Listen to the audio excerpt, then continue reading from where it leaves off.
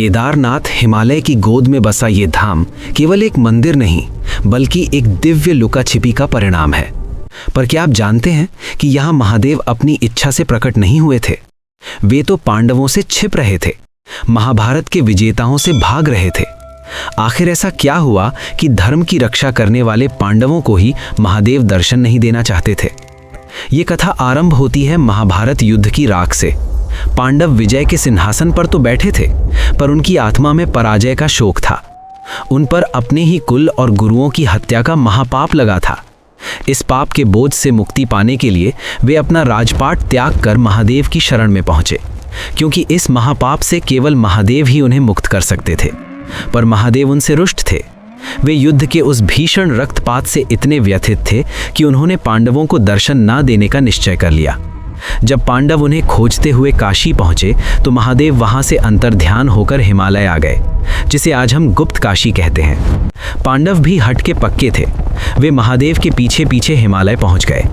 उन्हें आता देख महादेव ने एक बैल का रूप धारण किया और वहां चर रहे बाकी पशुओं के झुंड में शामिल हो गए। पांडवों को संदेह तो हुआ, पर इतने पशुओं के बीच महादेव को कैसे पहचाने? तब महाबली भीम ने एक युक्ति लगाई। उन्होंने अपना विराट रूप धारण किया और अपने पैर 2 पहाड़ों पर फैला दिए। सारे पशु उनके पैरों के नीचे से निकल गए, पर एक बैल वहीं अड़ा रहा। वो अपने नीचे से गुजरने को तैयार नहीं था। भीम तुरंत समझ गए कि ये कोई साधारण पशु नहीं, ये स्वयं महादेव है। जैसे ही भीम उस बैल को पकड़ने के लिए झपटे, महादेव ने पृथ्वी में समाना आरंभ कर दिया।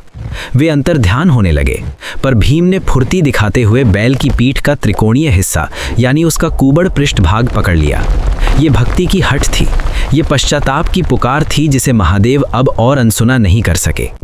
पांडवों की इस अटूट श्रद्धा और दृढ़ निश्चय को देखकर वे प्रसन्न हो गए। उन्होंने उसी क्षण पांडवों को दर्शन दिए और उन्हें गोत्र हत्या के पाप से मुक्त किया।